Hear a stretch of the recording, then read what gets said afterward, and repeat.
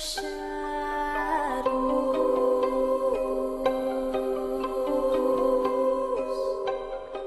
angels, it's Hailey Reese and welcome back to my YouTube channel. I am so excited that you guys are here and I hope that you are having an absolutely fantastic morning, afternoon, or night, whatever it is for you when this video finally reaches you. Today's video, you guys, is absolutely chilling.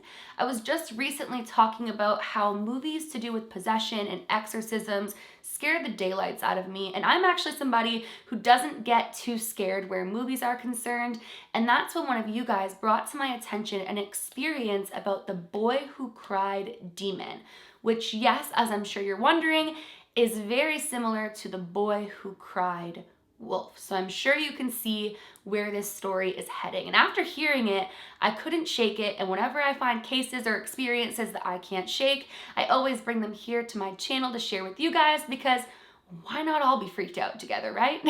No, I'm kidding, but I really do enjoy sharing these experiences and stories with you guys. Before we get into today's video though, I would just very quickly like to thank today's video sponsor, Skillshare. Skillshare is an online learning community with thousands of inspiring classes for creative and curious people. You can explore new skills, develop existing interests, and just overall get completely lost in creativity. Now, I've taken quite a few courses on Skillshare, especially over the last years. I'm sure you could understand why. Like, for an example, I took a class on podcasting before I launched my podcast. I also took a course on how to keep houseplants alive because, well, I need help with that. And I've recently been getting into a new class. Recently, I've really enjoyed the class Productivity for Creatives, Build a System That Brings Out Your Best by Thomas Frank, because I want to become much more productive than I currently am. Creative challenges and productivity classes can be a great way to help you structure your time and set attainable goals. And something that I really love about Skillshare is their wide selection of courses. So whatever it is that you're looking to dive into,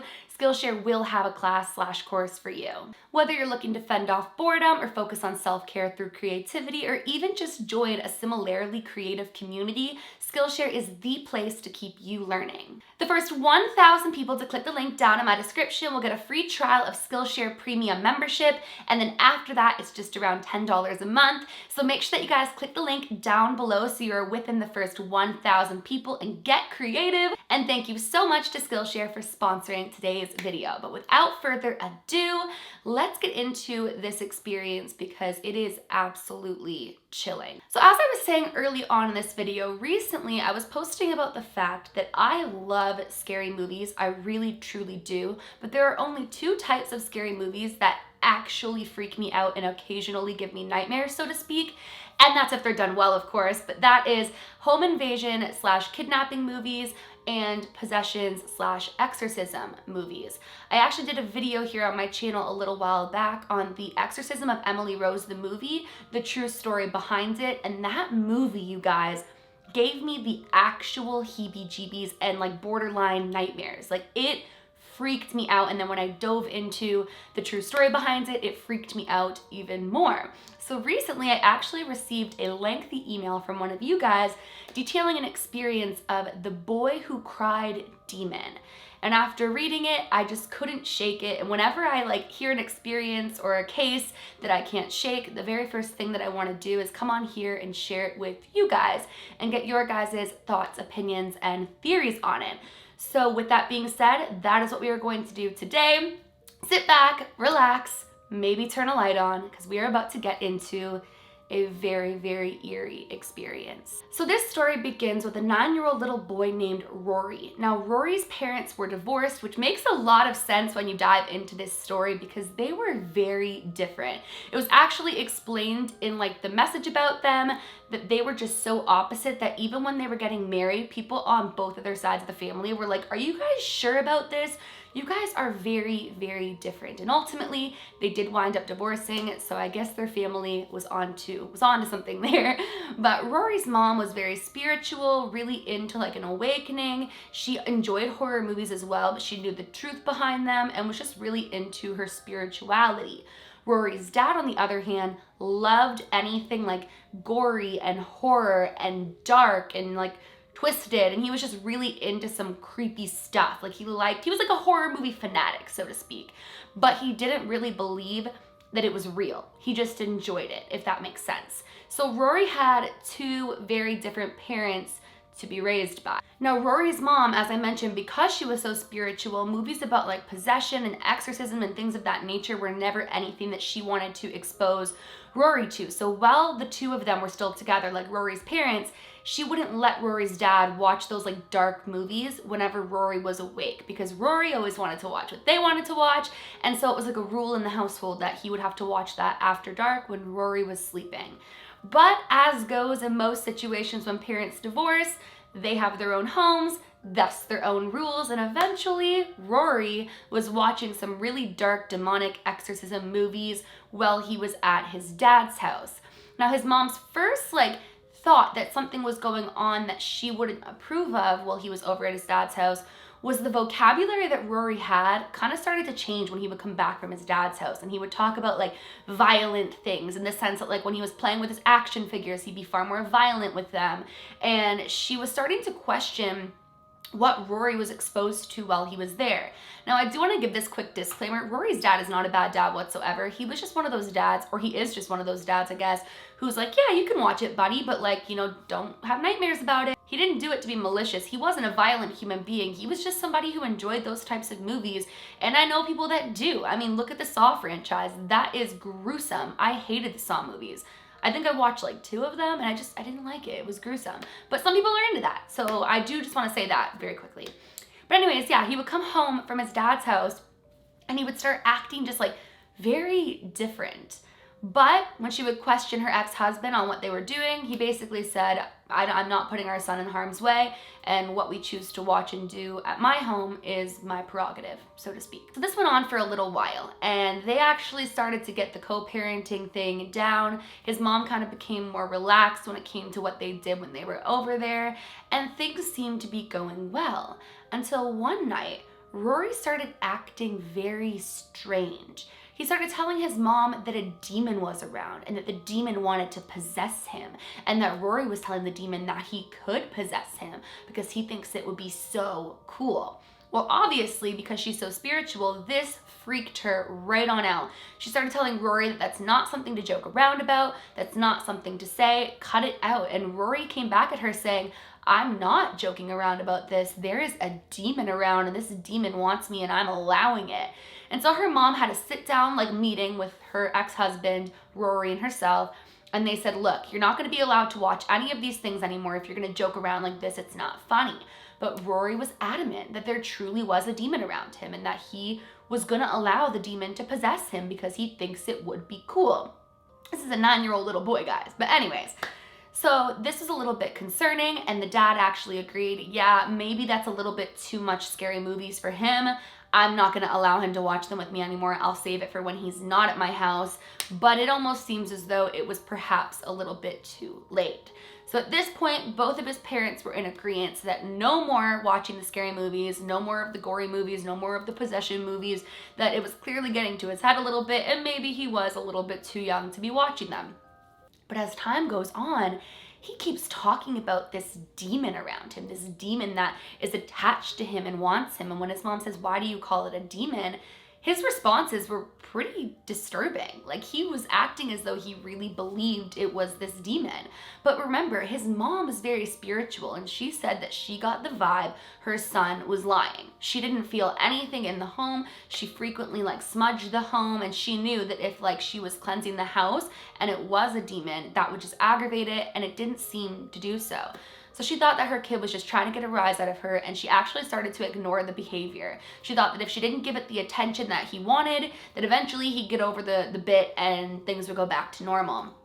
But he kept on doing this. He kept pretending he was talking with a demon. He kept saying, I'm possessed, and acting weird and spinning his head weird. He was basically just embodying what somebody would mock a possession with, if that makes any sense. But as we've talked about for a long time here on my channel, intention is everything. Vibration is everything. When you knock on the door of the paranormal or the unknown, you don't know what's going to answer. And so before we continue into the boy who cried demon, let's get a little recap on the boy who cried wolf. Once upon a time, in a beautiful village near lush rolling hills, there was a boy who watched over the village's sheep. Being alone up in the hills was very boring. To liven up his day, the boy thought it would be fun to scare the villagers and scream, "Wolf! Wolf!" The villagers grabbed whatever they could and ran up the hill to scare off the wolf. When they reached the top, they realized that they had been tricked by the mischievous little boy. He laughed and laughed until the villagers angrily walked away back down the hill. Even the sheep were not amused. The boy continued to call wolf, and the villagers warned him that the next time they would no longer believe him. The boy shrugged off the warning and laid down for a nap. One lazy afternoon, the boy heard a terrible sound. Before he could even prepare himself, a wolf appeared right before him and was chasing all of the village's sheep. The boy screamed, "Wolf, wolf," but having lied so many times, the people of the village just ignored him. With no one to help him fend off the wolf, the sheep ran away and the boy was left crying on the hill. Now that's actually a much nicer version than I remember when I was a kid. I think I remember the boy actually got eaten by the wolf, but regardless, nobody believed him and nobody showed up when it became real, when he actually manifested a wolf. And unfortunately for Rory, it would be a very similar experience. As I mentioned, eventually his mom just chose not to believe him and not to entertain him, but what she didn't know yet was that in trying to play this game, in talking to what he was pretending was a demonic force and saying verbally that it was allowed to take control of him, he actually brought forth a demonic and dark entity into his existence and into his reality, and things took a very dark turn. His mom noted that Rory became very disconnected. He was very spacey, and when she would try to get his attention, he was very angry and very quick to react. He was starting to become more and more withdrawn and more angry and violent. And she said at one point during dinner, she told him that he had to finish his food, and his face got all red and his eyes turned black before her. He started threatening his mom in ways that he would never, and day after day, he became less and less like himself. And that was when his mom decided to look into it further and discovered that he had actually formed a demonic attachment because of the games that he was playing. And when Rory would come to, he would start crying, saying that he wasn't kidding this time, that before he was, but now he wasn't, and he was scared and he was absolutely terrified. And they actually had to have an exorcism of sorts, not an actual exorcism because it wasn't within him yet, but she had to call in professionals to come and cleanse and hopefully heal her son. And she said it took months, absolute months, to get this cleared, and that there's still a dark ambiance in their home at times to this day. And now she's told everybody, including the person who emailed me this story, in hopes of reminding people that when you play these games or when you're calling upon things, you don't know what could come. And yes, it was a 9-year-old boy, but in my opinion, that just made him all the more vulnerable. He was young and he didn't know what he was messing with. Luckily, Rory has made a full recovery. The only thing they've noticed is, as I mentioned, there's some sort of like a dark ambiance in their home at times. And whenever they feel that, they were instructed on ways to cleanse their home to keep that negativity out. But one thing that I want to note about this particular experience is demons require permission to enter. They require permission for entry. And because he was joking around and granting said demon the ability to come into his space, and better yet, his body, a demon took advantage of that. Because once that energy is out, you get back what you give. And while not everybody who does this would have an experience like this, it's terrifying to think that there are people who think it is a game and it ends badly. I've never looked at the boy who cried wolf in a way that he manifested a wolf, but looking at it now as an adult, like when I was a kid, I was always told the story of the boy who cried wolf as far as lying goes. Like when you're lying and you're lying and you're lying, it's going to get to a point where nobody believes you, and if you really need their help or if you really need them to believe you, that's going to be a very difficult situation for you to find yourself in. But looking at it as an adult now with like the spiritual knowledge that I have, it almost seems as though perhaps he kept crying wolf to the point where nobody believed him, but in crying wolf, he manifested a wolf and nobody was there to help him. And so much like that, that's what happened to Rory. Rory kept manifesting and calling forth a demon as a joke, trying to scare people around him. And when one actually came, it took longer for anybody to believe him. And honestly, I think that if his mom hadn't been spiritual, who knows how long it would have went on and what would have happened to Rory. So that is basically the story of the boy who cried demon. I would love to know what you guys think of this. Do you think he manifested it? Do you think it's just because he was calling upon something? Or do you think maybe there was one there from the very beginning? One thing that I do want to say is that when Rory would come to it, he would say flat out, I was lying before, but this time I'm not. So I'd love to know from you guys, do you think he was never lying, or do you think he was lying and then he actually brought something forth? Let me know down in the comments below. I absolutely love to read your guys' comments, and that is it for today's video. Once again, I would just love to thank Skillshare for sponsoring this video. As I mentioned, there is a link in my description box for the first 1,000 people to get a free trial of Skillshare Premium membership. So make sure you guys click that so you're within the first 1,000. And thank you so much to Skillshare for sponsoring. If you guys are new to my channel or you are just not yet subscribed, but you do enjoy my videos, I would seriously love it if you would go ahead and click that subscribe button. And please give this video a big thumbs up if you did enjoy it. Remember, my loves, do all things with kindness. And until next time, I love you.